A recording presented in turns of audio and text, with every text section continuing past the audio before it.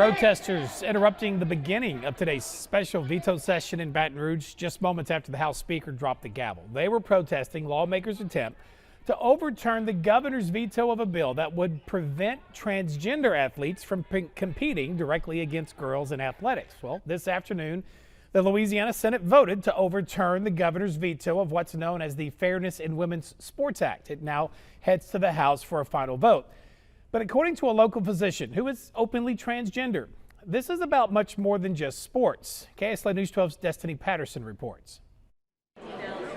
From passage to veto, and now one step closer to becoming law, many transgender advocates are biting their fingernails. There's something about having to be false to everyone that you know, love, and care about that wears you down after a while. As lawmakers go toe-to-toe. A lot of people have said that this is a very divisive bill, and what's divisive is boys playing against girls in competitive sports. It's this bill that would prohibit transgender athletes from playing on girls' teams and competing against girls. And no one's saying that transgender athletes can't compete, but to have transgender females competing with biological females is a problem. It's a solution, a problem that doesn't exist.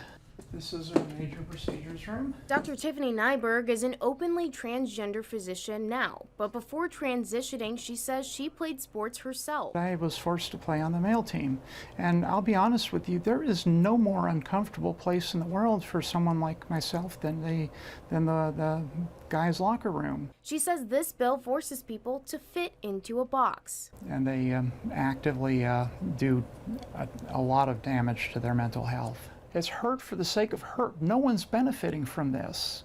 I asked Najberg if she thought it was fair for transgender athletes to compete against girls, and she said that the Louisiana High School Athletic Association already has a rule in place and that it should be on a case-by-case basis instead of making a blanket law.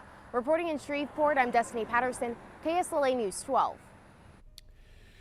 Meanwhile, lawmakers did not come up with enough votes to override the governor's veto of a permitless carry bill. It would have done away with the requirement for a permit to carry a concealed weapon.